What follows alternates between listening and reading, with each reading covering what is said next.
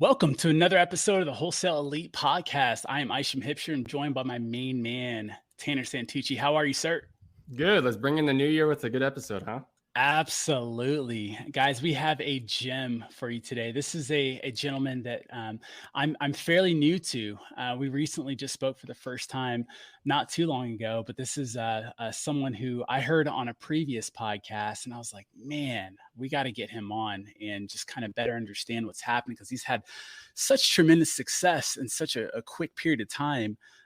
With pivoting to a niche that Tanner and I have also made the decision to move toward, and we'll talk more about that in the show. But I want to introduce the world and all of our listeners and viewers to Mr. Anthony Pappas. Anthony, how are you, sir? I'm doing well. I appreciate the invite. Thank you for your time. Absolutely. Thank you for yours, man.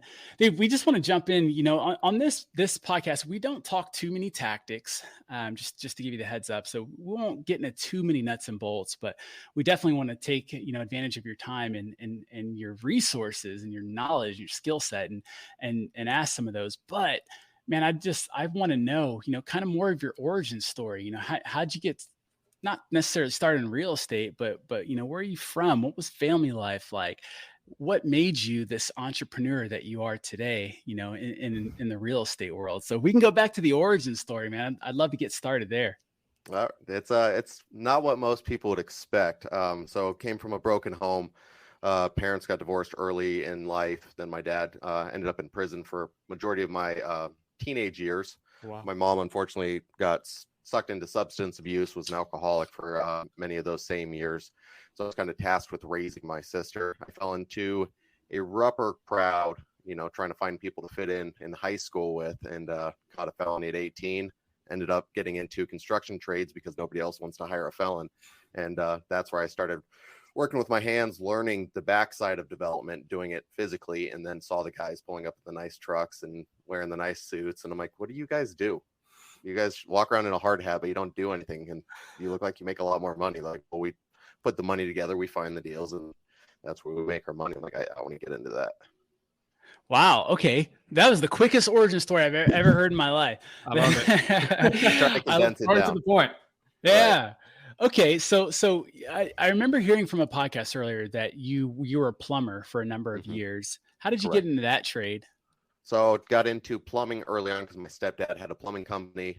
Then I did some framing, a little roofing, a little electrical, kind of touched everything in the construction field, and just got sick of it. You know what I mean? And then early 20s, I decided to try entrepreneurship. Well, it was illegally entrepreneurship. We were pushing some weed from Cali and making some good money there on the side, because I could not figure out how I was working 40 to 60 hours a week and not getting ahead. Everybody, my age bracket, was driving new trucks, had new houses. I was working my ass off as a plumber and could not get by. So we started moving a little weed back before it was cool. And that was supplemental income for a while. Wow. Fascinating. Hustler out here. Yeah, that was my entry level into entrepreneurship and running a little business, because I had a couple buddies, we're all working together as a team. And I applied that same mentality to wholesale when I found it. Through a buddy, Trevor Bradley, who was a licensed agent. He was crushing it in real estate. I read Rich Dad, Poor Dad, not at my own choice. My fiance forced me to read it. I was like, oh, it's going to be some guru bullshit book. I'm not reading that nonsense. She's like, you're going to read this book. I said, all right, we'll read it.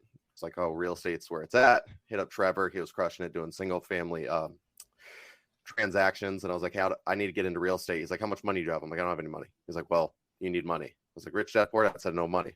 Robert Kiyosaki said, I don't need it. What's up with that? Like, you're going to need money unless doing a wholesale. I'm like, well, how do I get into wholesale? He's like, well, let me plug you in with my broker, Steve Trang.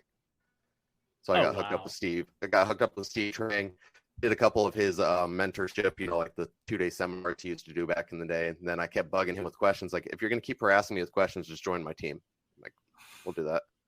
Worked with Steve for a little while, but still stubborn entrepreneur, wanted to do shit my own way. Wanted to virtually drive for dollars, and they were more of the traditional wholesale model of cold callers, VAs, banging the phones, and I didn't want to do any of that. Yeah. So go ahead. I was going to say that's when I branched off and just started kind of going my own route and found land subsequently after. Yeah. So what brought you to land? Because it sounded like you had, you kind of did everything, right? Like you said, plumbing, electrical, roofing, all this. So why not, stick to the traditional method, and that way you could learn how to value almost a flip? Like what brought you specifically over to the land, especially if you're working with Steve and them, because they do the traditional wholesale. That's a great question. So I actually started flipping. I flipped we were doing, my fiance and I were living in houses, fixing them up, then selling them and move on to the next one, live in flips. And my problem is I'm a perfectionist and I couldn't get out of I kept micromanaging every project. And when somebody would fuck something up, I would just do it myself. So now I'm spending my time rehabbing properties when I shouldn't be. And, I was doing acquisitions, rehabbing properties at night, and it was an absolute nightmare. So that's when I started looking at because I was in the Phoenix market, started looking around like what else is there. It's kind of hot in Phoenix. It was getting harder and harder to find deals that made sense. So I started looking at land, and I realized a lot of people couldn't underwrite land the same way I could. I had the construction background, so I knew what it took to go into this. So I had a different approach to it and a different viewpoint than most people that were trying to wholesale it. So what would you say? I mean, what would you say for someone that doesn't have your experience, right? What would you tell them in terms of, oh, look, I want to get into land? What's the first thing you would tell them and maybe something that they could put to action? So the first thing you want to do is get online, type in whatever city you're trying to invest in, and then fee schedule, FEE schedule. You want to go there and you want to start knowing every cost associated with development, because if you're trying to wholesale to developers, you need to know these numbers to evaluate and underwrite these deals the way they do. All the deals I've done this year and majority of the deals I did last year were sold to, a handful of buyers, because I look at it from their point of view. I don't try to wholesale and we have some sold a few on dispo lists and stuff like that, but that's not our primary focus. We work with builders and find them what they need. So if you can underwrite a deal the way a builder looks at it and you show them the numbers, that's a lot of the builders I was working with up front. They're like, oh, I need a 30-day due diligence so I can get with the city. I'm like, it's already done. Here's the email from the city on what they're going to allow. Here's what we're predicting for the water meter. Here's the septic costs that we're checking or that we're running into. Does all this look, right to you? And they're like, oh, absolutely. So now when I send them a deal, they're like, yep, we're good to go. EMD's wired. Jeez. And that's building that relationship.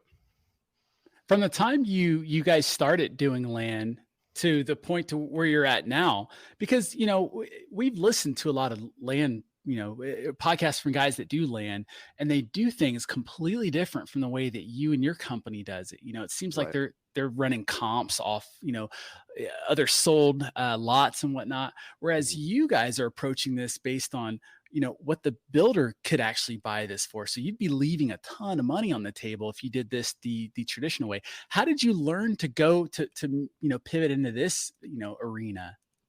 So I dabbled. At first, I just started checking on some lots. We were doing I was looking for fix and flips in Apache Junction for some mobile homes that, we could turn and burn. And there's a couple lots. And I'm like, yeah, I'm going to just see what they would want for these lots. Reached out and they're like, this is where I need to be. I was like, well, that doesn't make sense. You don't have access to water. You can't install a septic. And the sellers were like, you're the first person to ever say that to us. Because they're so used to wholesalers saying, yes, we can pay that price just based off, 30% of an after build value. And I'm like, yeah, unfortunately, that doesn't work. And like, well, let's further this conversation because you're the first person that seems credible. Right. Because I bought from other investors. Jack Bosch, we actually wholesaled one of his properties. And, he's a pretty big name in land investing. So that's a little trophy on the wall. Nice. But and that's just because we can talk the talk, we can walk the walk, and we actually purchase the property. Like if I say I'm going to buy it, I have the funds available to buy it. So if we don't wholesale it, I'll close on it. So that's another thing that sets us apart because I see the value in it, the way we underwrite it, that we'll take it down. And we personally closed probably a handful, maybe like 12 deals last year that we turned and, flipped out of or double escrowed. So how many deals did you guys do last year?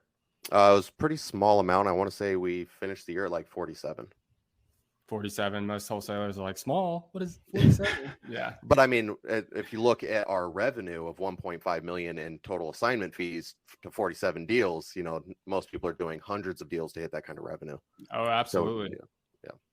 So is that where you see is that where the more value comes from, is knowing how to value that from a developer's lens rather than like Isham was saying, where most wholesalers would look at a lot and see another lot 2 blocks over and be like, oh yeah, similar square footage, that price. Right. And that's the issue, is people are trying to comp the same way realtors do, where they're like, this lot sold for that. If we take 10 grand off it, it'll sell too. But unfortunately, that's just not the way land works.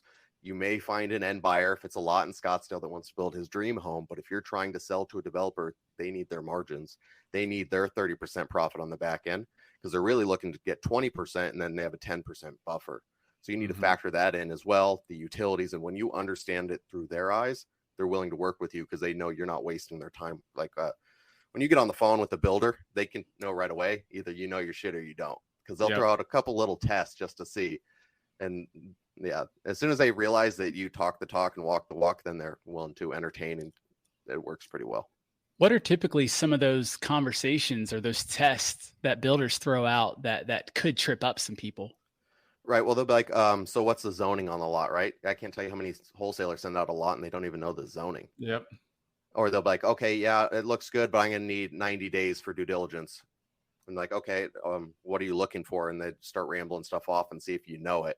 Like if you stumble on an Alta survey or Geotech or a Topo or any of those things, a phase one, they're going to know what's up. And they'll say, hey, did you get a phase one done? If you say, what's a phase one? They're like, all right, click. So knowing the due diligence that goes into these lots will help you stand out compared to a lot of wholesalers that are just trying to, make a quick buck. Because I'm trying to build long-term relationships over just a quick deal. Absolutely. Yeah. We always say it's the relationship over the deal all the time. And if I could, I want to kind of dispel some of the myths that land has over, residential real estate and wholesaling. I think a lot of people think land is easier. That's one of the things that I heard when I first started diving into land, is like people are just crushing land. Can you talk a little bit on the ease of land versus traditional wholesaling?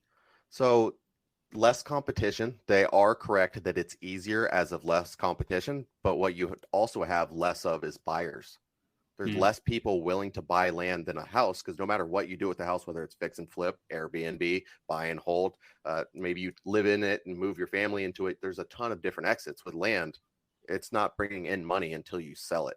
I know there are some guys that do the creative stuff outside of town and they sell or finance it, and that's great. I know a lot of guys that crush it with that. I've never personally done that. What I do is in town, in demand lots for developers. So it is easier. If it's easier to get under contract, it's going to be harder to sell. The harder it is to get under contract, the easier it is to sell, and the bigger the profit margin. So that's why we stay in town. I don't touch outskirts that don't have utilities. Some guys crush you with that. It's just not a business model that we've subscribed to. Have you seen a lot of, I think I remember you saying this in another podcast. I mean, have you seen the sellers? You mentioned something about it. The sellers are a lot more transactional. What can you say? What's the difference between a land seller essentially that you've had to deal with rather than most, traditional real or single family sellers? So when I was doing single family wholesaling, it was very pain oriented. People were, going to lose the house, pre-foreclosure, tax lien, someone died. It was always so much emotion compared to land. Somebody bought it as an investment. If they can make their money, they're happy and they want to get out of it, or they bought a bad investment and they need to liquidate to get out of it. It's more transactional by nature. There, you do get some that, is passed down in the family and they have that emotional attachment to the land, but it's fewer and far in between. And I prefer the more business to business aspect of it. Now, you had mentioned earlier that your fiance had kind of forced you to read the book Rich Dad Poor Dad. Yeah. Is she into investing as well, or why did she even know about that book? So she had gotten her real estate license, and the brokerage she joined, they were all like reading the book together. She read it, light bulb went on. So she forced me to do it. I was actually going to start a plumbing company. I was going to branch off from the company I was with, start my own. And I'm like, I don't need that. Debt's bad. I'm just going to sell it, find a way to bankroll it myself and start one truck and work up. And then I read the book. I'm like, oh, I'm stupid. I need debt. I need all the debt I can get. So the book actually opened your eyes to debt, because I was a Dave Ramsey guy coming up. And when I read Rich Dad Poor Dad, I was like, I don't know if he's all there about this whole debt thing. I'm pretty, I think Dave Ramsey's the way to go. But, now as an investor, I see that using other people's money is, that's the way for sure. So that's fascinating that you just kind of easily made that pivot. Now you're in land, and how long have you been working specifically in land? It's been about 2.5 years now, just land. Okay. So and it's been a pretty short run. I see. Yep. And in your first year, you did 1.5 million in assignment fees. 1.2. 1.2 Yeah, the first million. full year of land was 1.2. This year that we just left is 1.5. So yeah, we were able to do a little better this year. Yeah, not where we wanted to go. We were looking to hit a little bit higher goal, but it's hard to complain. Most people don't make 1.2 million their first year of doing land. What do you think separated you from most people? That first half year, I was kind of dabbling in it, and I was still wholesaling, so I had a good understanding of how wholesale worked. And we had one of the biggest bull runs at our back, so there were some deals that we sold in full transparency that shouldn't have sold. They didn't pencil the way they did, and there were some builders that started becoming speculators, and they were overpaying to keep their guys busy, and that did happen. I mean, thankfully they all got out right before the crash, and they were able to make money on before it fell apart. But there was some deals that we had good wind at our back, and I think too many investors forget about that. That makes sense. Have you noticed a big difference between, so on the wholesale side, we have our list of buyers that we're looking to build. What's the big difference between those buyers and the builders that you're looking to create networks, or relationships with, as a future developer? Okay, great question. So a lot of the buyers that I was coming across were either other wholesalers or investors that were just going to try to flip the lot. Builders are buying with the intent to build, and they have a track record of doing so. So it's a different kind of transaction, because the investors were looking at it like they needed enough margin to then go sell to those builders too. So by going directly to builders, we were able to remove some of the middlemen in there, and so I could make a bigger spread, and the builder could get it cheaper. Absolutely. And right now, you guys, I mean, you've done all this, not like with this massive group of VAs and, this massive team. Can you tell the listeners in the audience a little bit about your current team? So the current team, so I was relying a lot on independent contractors. They were on the team, but I'm the only W-2 employee of the company. And then then I had at the most we had 3 independent contractors, and right now it's down to 1, and I just brought on a full-time person starting this year. So it's a really small team, but you don't need a big team to make a ton of money. Like I tried VAs back when I was wholesaling single family houses. I had a partner at the time, and we were up to 13 VAs at one point. It was ridiculous overhead, and time management was just not there. So what's the role of the full-time person that you just brought on? So he's going to be, he does basically acquisitions for me, and then some back end stuff as well, just kind of like cleaning up systems or pulling lists, stuff of that nature. Gotcha. What about your other contractor? Same thing, lead generation. They basically cold call, find the lead, bring it when it's contract ready, and then we take, expose the company and take it under our company name. He can also, per the contractor agreement, has some licensing agreement to use, some branding and stuff of that nature. So we can say, hey, this is who I am. I'm an independent contractor of Maverick Properties. You can go check out their website. They are who they say they are. They use my track record to help create some validation and credibility. I see. So they're not actually, they don't say, hey, I'm such and such with Mavro. They say I'm an independent contractor with Mavro. So unfortunately, we were having them say with Mavro, but just with some new IRS regulations that my CPA and attorney think is coming down the pipeline, we're going to nip that in the bud and make very clear delineation between an employee and a 1099 role. So for 1099 employees, there needs to be clear separation saying that I am, an independent contractor of Maverick Properties. I don't work for Maverick Properties. That's good insight. Thank you for that. Really good insight. I do not dabble in the gray area at all. I am black and white. If the IRS says it's not allowed, I'm not pushing that button, because I never want to get audited, and 2, be wrong and owe them a big check. So Absolutely. There are plenty of guys that crush it, playing that gray area. It's just not something I'm willing to risk on this journey.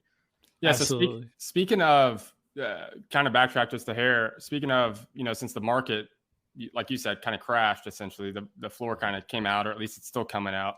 What adjustments have you guys made in your company to kind of eliminate maybe some mistakes or maybe not so much mistakes, but just eliminate and change the changes and adaptations that you've had to make with the way the market is now?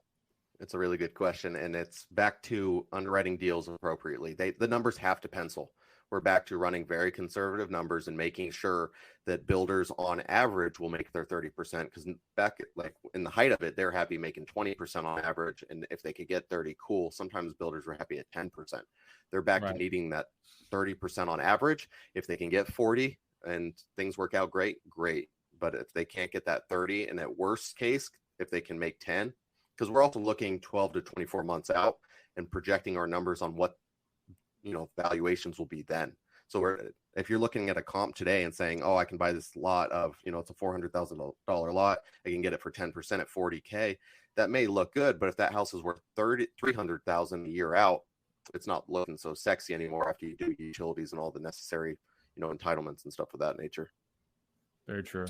How are you guys looking that far out? Like what kind of metrics are you using to establish, the numbers for that timeline?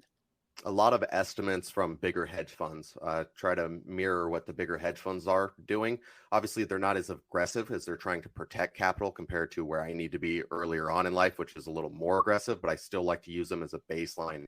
Bridgewater does monthly releases where they kind of give their estimate on where the market's heading. You can also find BlackRock, Blackstone. They all put out a ton of data on where they think it's going. Then the Fed said, we're not stopping until we get to 2%. Which, people like Ray Dalio are saying that we're going to probably 5.5% with the Fed rate. And while that doesn't affect mortgages as much, it does affect construction debt. So if you're going to build a property and they keep bumping that rate and your construction debt keeps going up, and the property values are coming down, you need to get that land for significantly cheaper. Awesome. You mentioned Ray Dalio just now, and I've heard you mention him on previous podcasts. Is he one of the people that you kind of lock onto in terms of wanting to learn from and learn, the investment, the numbers, right, for lack of better words? Absolutely. Yeah. So my kind of like virtual mentors, I call them, are Willink, Ray Dalio, and then those are the main two. Then Patrick Bet-David, a lot for just the way he structures his companies. Yeah, I like their approach.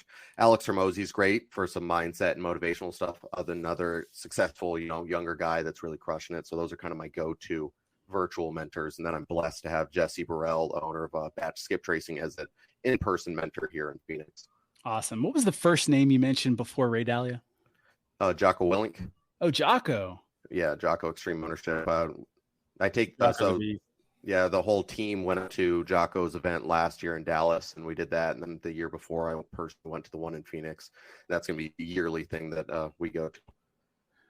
Did you see a massive difference before going to the event and afterwards, or what were some of your key takeaways from that, if you did?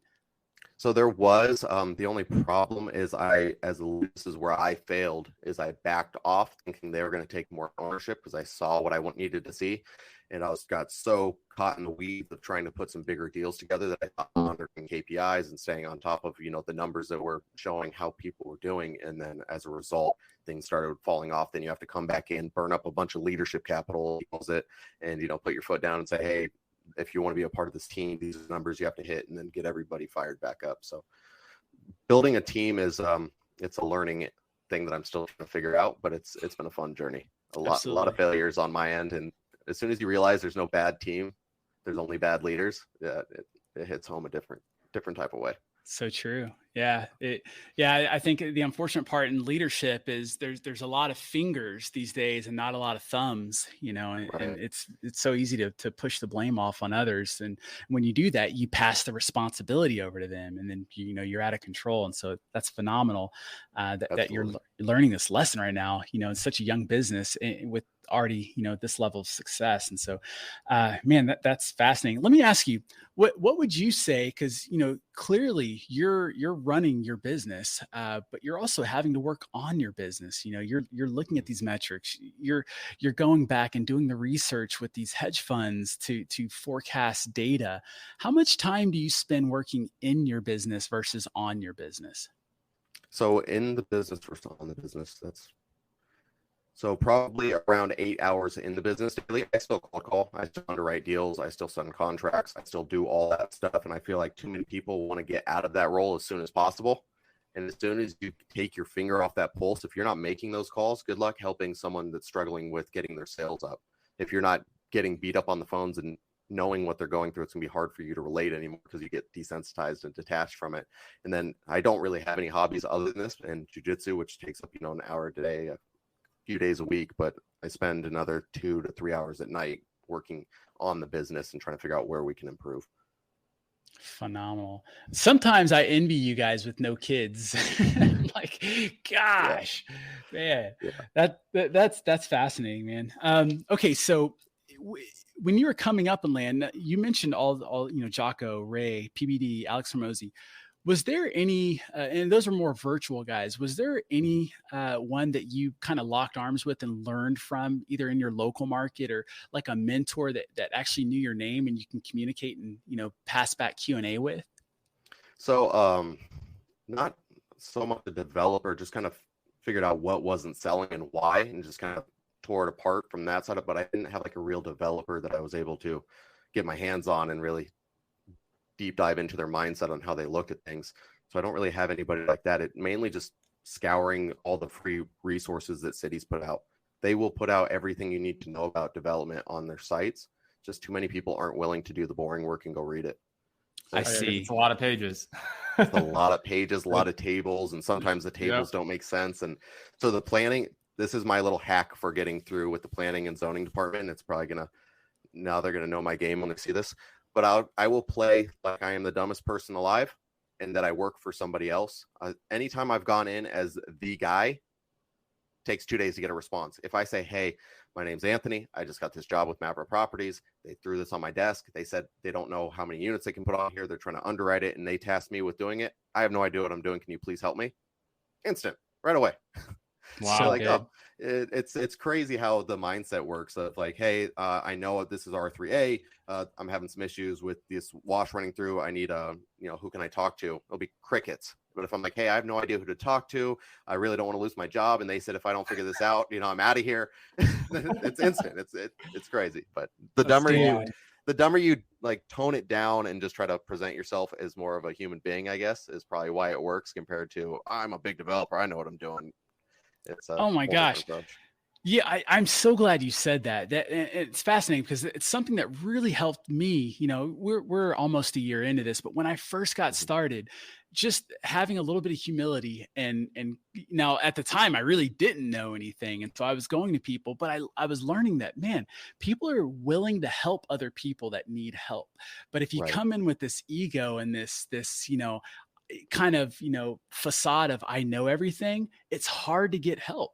And I find it I'm so glad you said that because I want to encourage other people to really understand. Stop acting like you know every damn thing. Stop trying to, don't be worried about, man, if what if I ask this question, they're going to think I don't know. Just ask the question because most people are willing to help. I tell people all the time, look, if a newbie wholesaler came to you and said, hey, look, I'm brand new. I've watched all this stuff.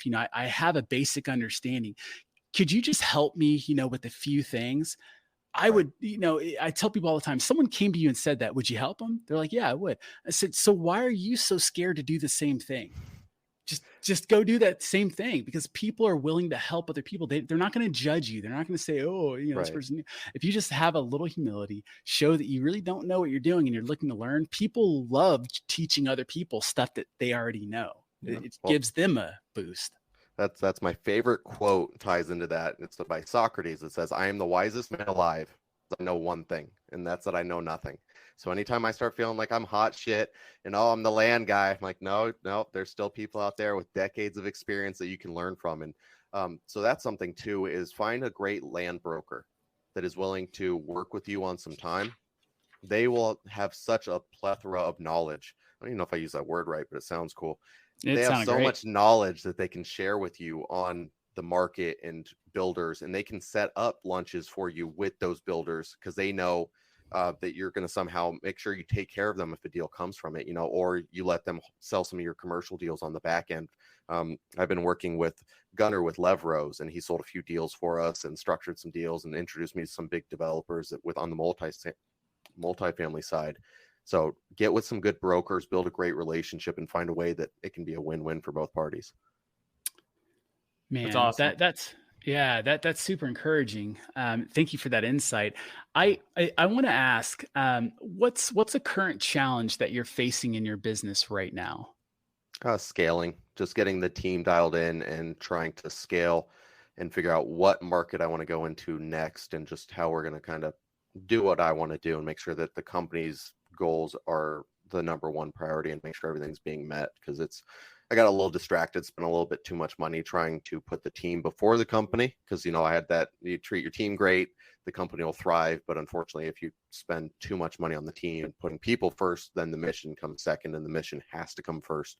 Doesn't mean treat your people like shit and don't pay them right, but the mission does have to come first. So that's been a learning lesson, is putting the mission first and finding a way that everyone can win while that mission's being accomplished. Now, you mentioned going to a potentially another market where, you know, the market that you're in now, you can drive to places and put eyes on property. Are you going to go into a market that's out of your driving range?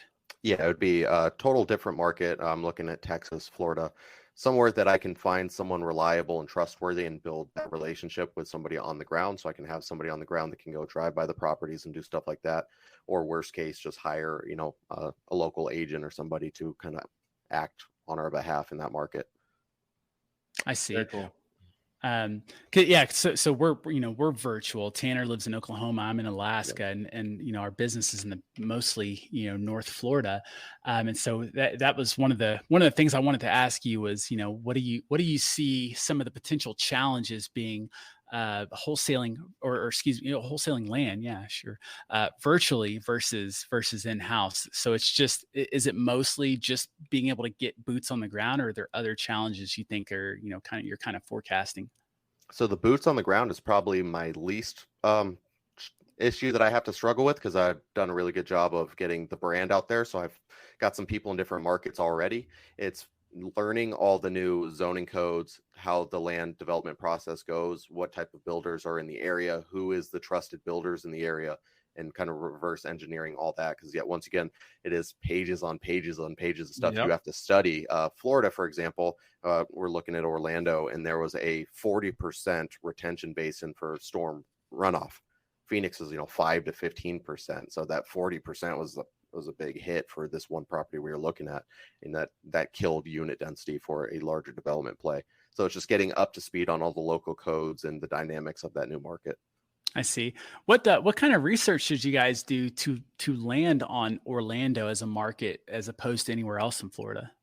I'm checking out, you know, Florida up and down. It's migration reports, what industries are there, what the projected market's looking like, and then what markets are depreciating the least is another thing that I'm kind of keeping an eye on, see who's not getting hit, because those will also be the markets that didn't appreciate the most, you know, so they kind of were slowly rising. Orlando kind of got pretty parabolic, but it seems like it's having a little bit softer of a landing. Understandable. Okay.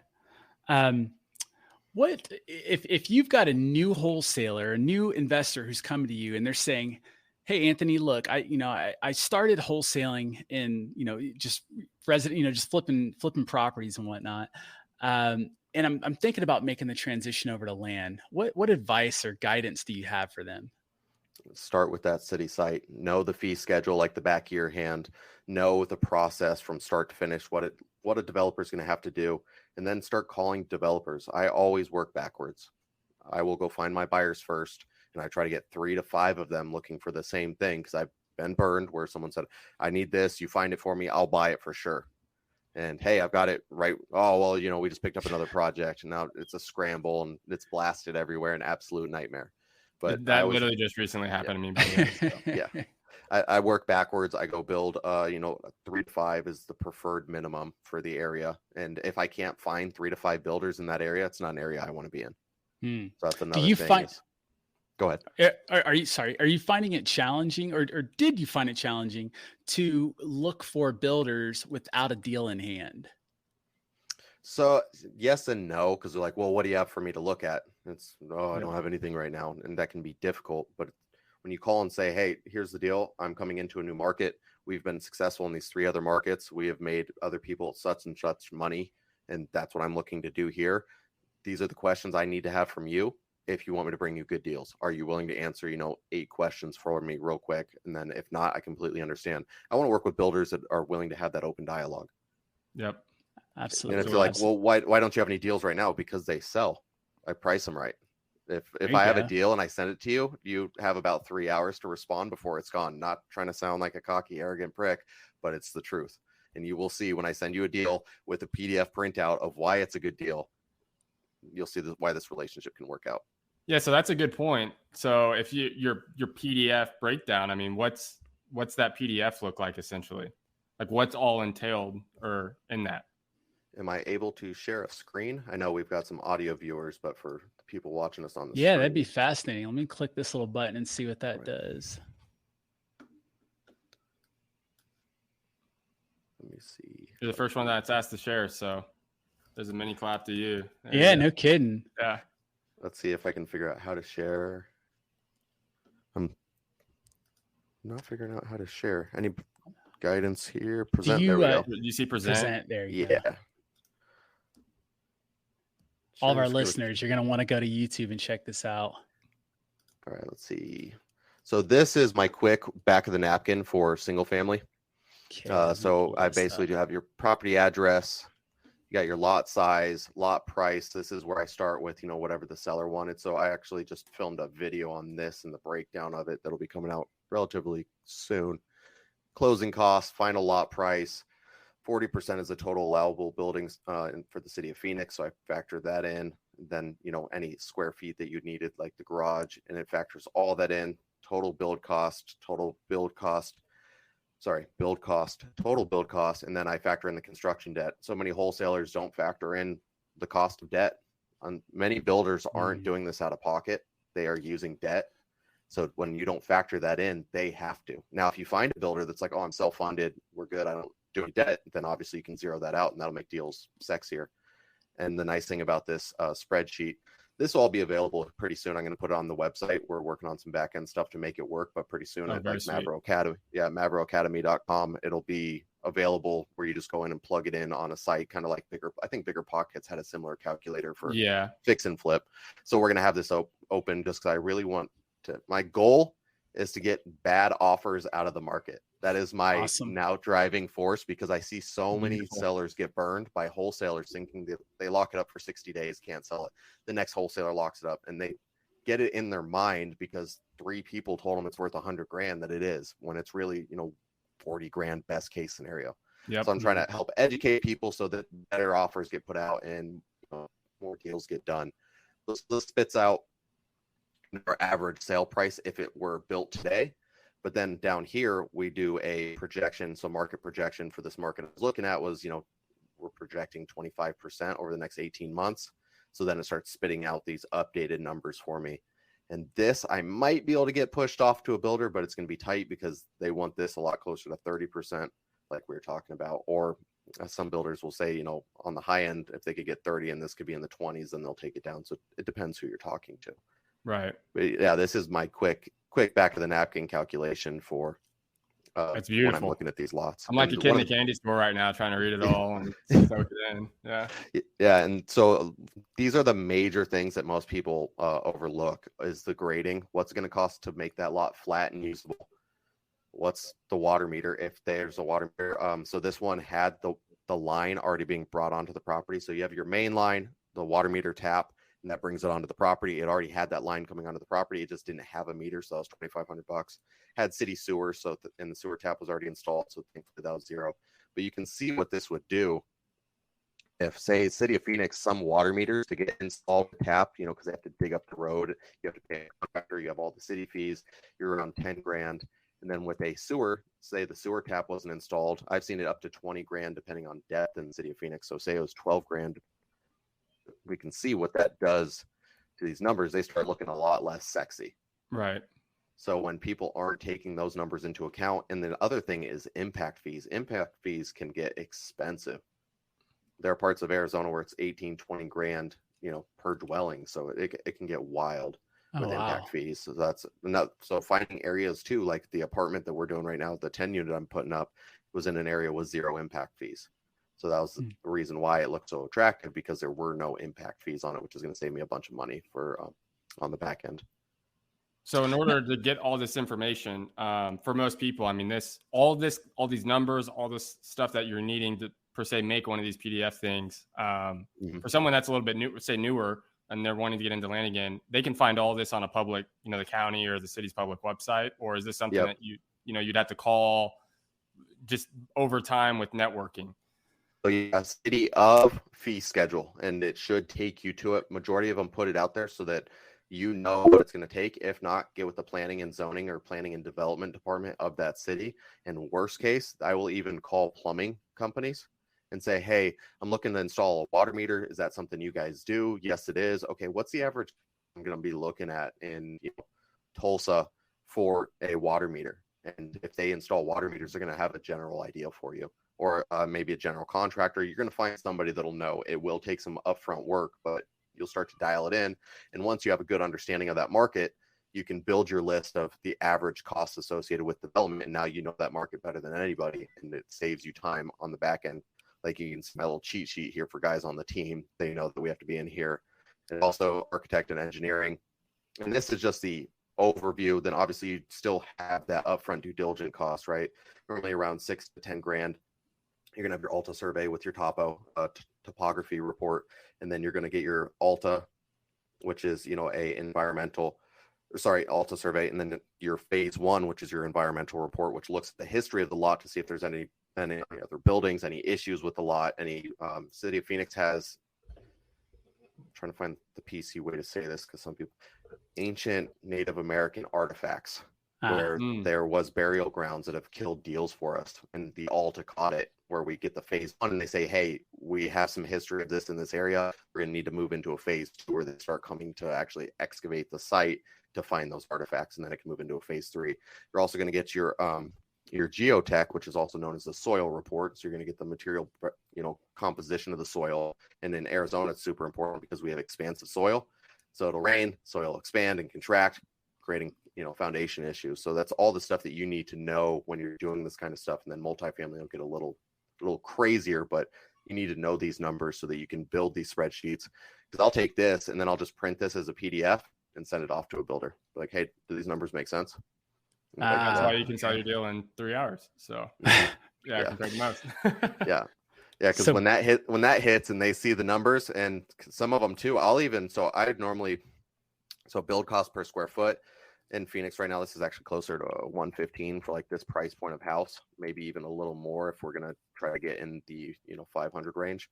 But if they see this number, and I always try to do this $5 or $10 above the number that they think they can build at, they're like, oh, dude, this is steal. He doesn't even realize, I can.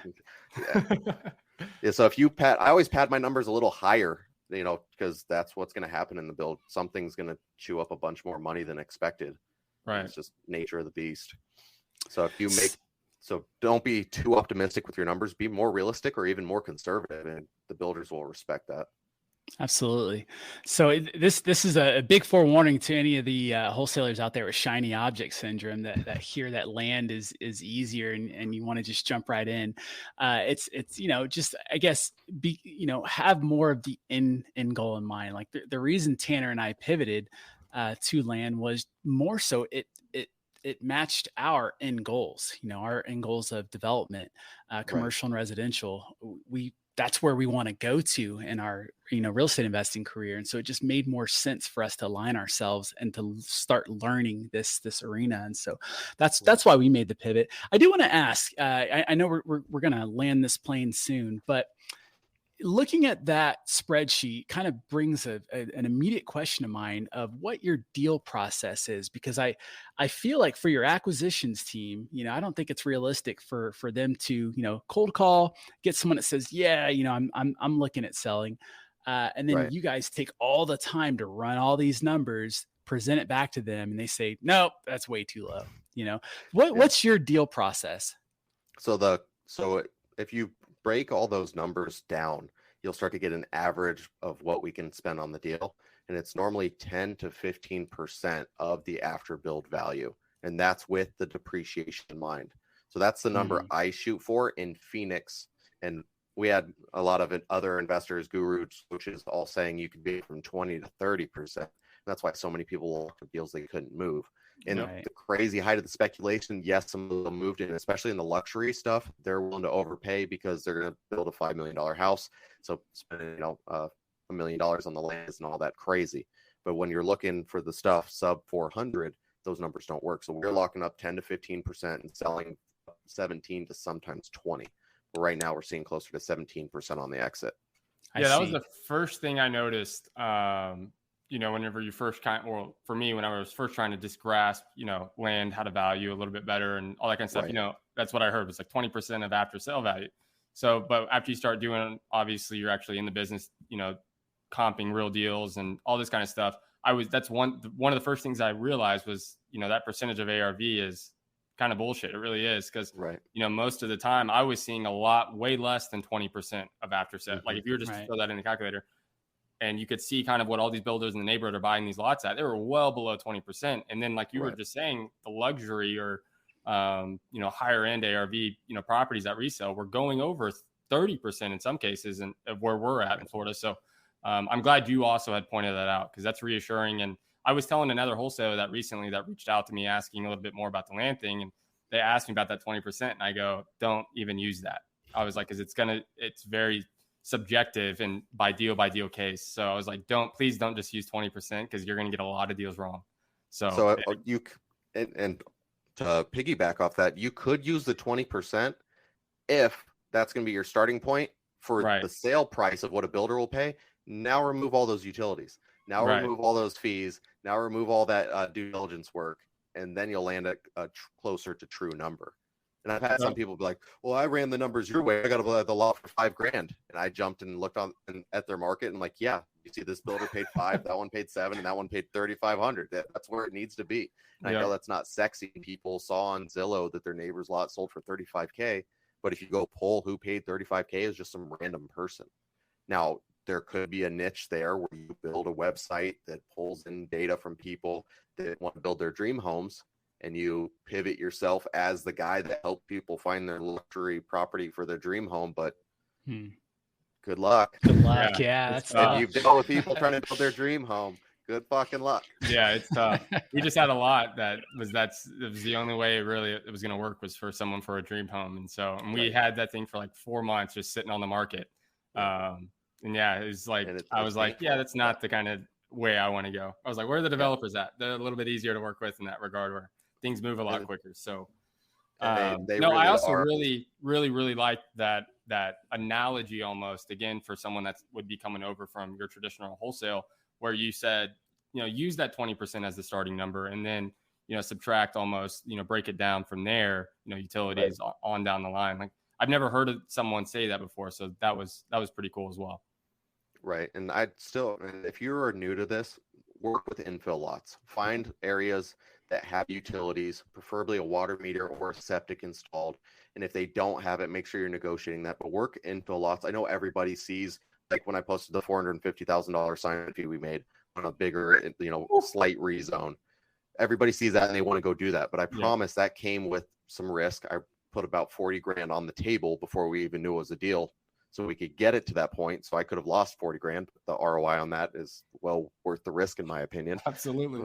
So, but start with the small stuff, get a good understanding. You'll be able to talk the talk. You'll be able to walk, you'll put the money in the bank. Then you could go after these crazier stuff that make those kind of returns, because then those big ones take so much time. That was a wild deal that shouldn't have worked. I tried to back out, had to threaten a lawsuit for a specific performance to push that. But you'll all learn the laws of the local area. Because I had that background in the smaller lots, I knew I could force the sale of property based on a good contract seller to back out, especially if I went to the court and say, hey, I risked $40,000 to get this deal where it is. This guy's trying to back out. Judge would be like, no, you're selling him that property at that price, and you're paying his legal fees per your contract. But while we're there, find a real estate attorney in the state you're wanting to invest in. Pay them to do the contract specific for that market.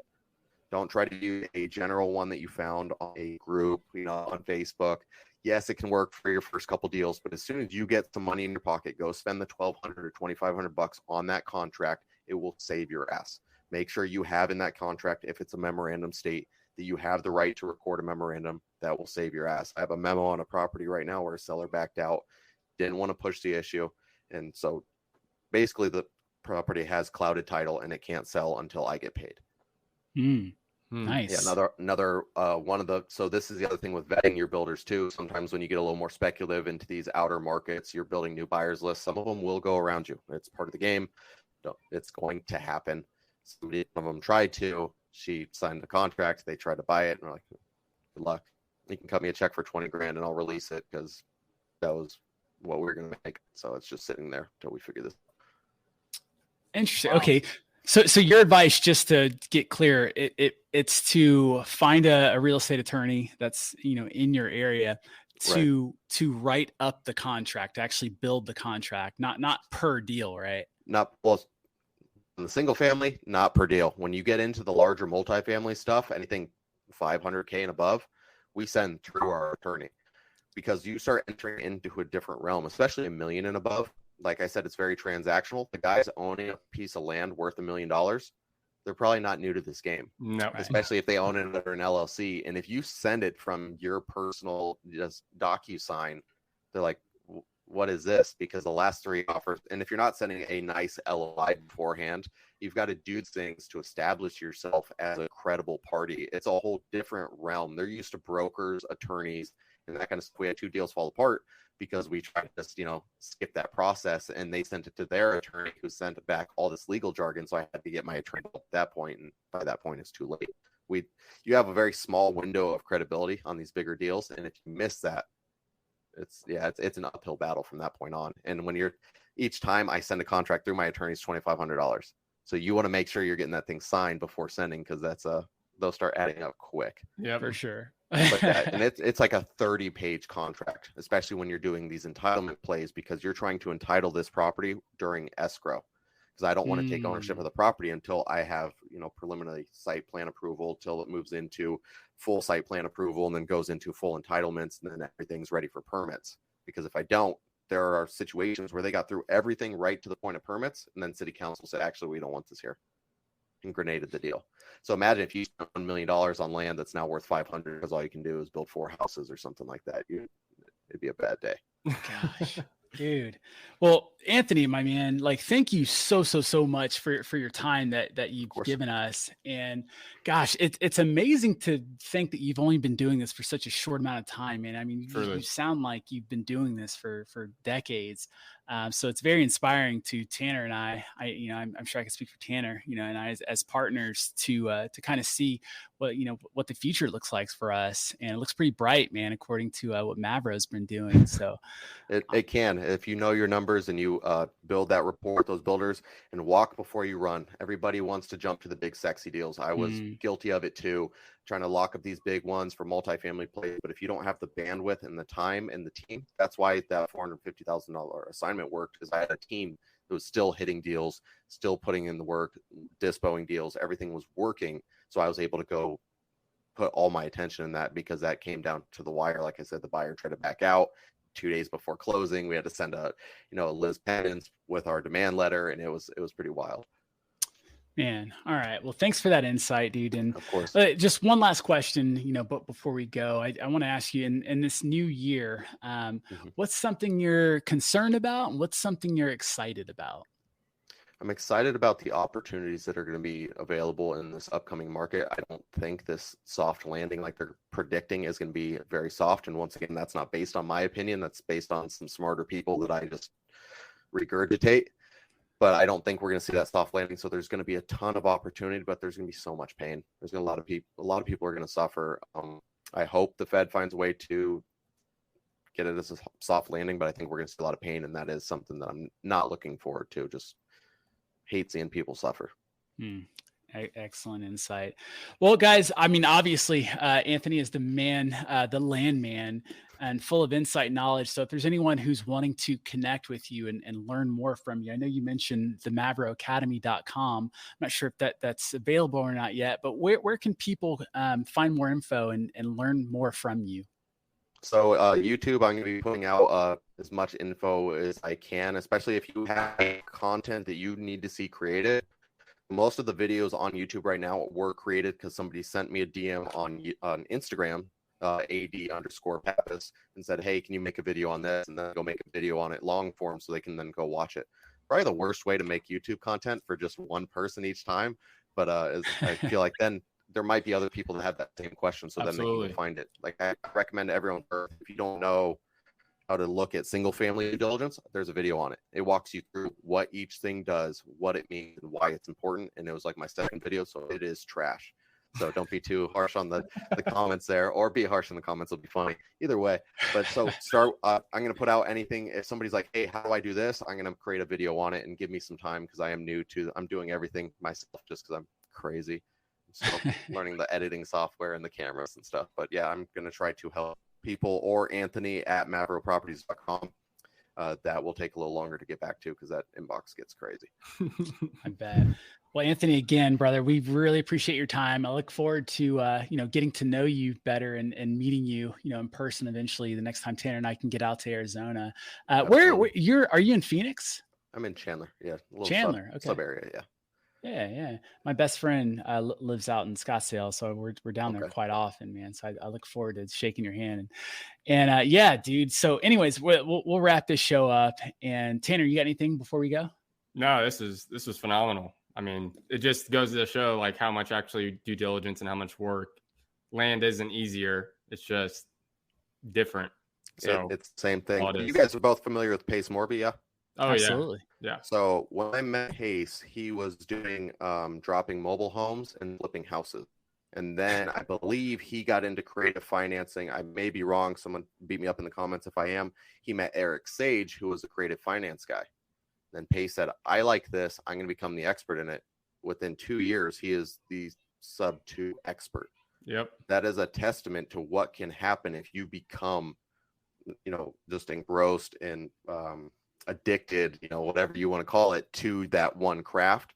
You can go very quick. You can level up fast if you put in that work and stay up late, grind and read and do all the things that nobody wants to do. You can become that, go-to expert in your market.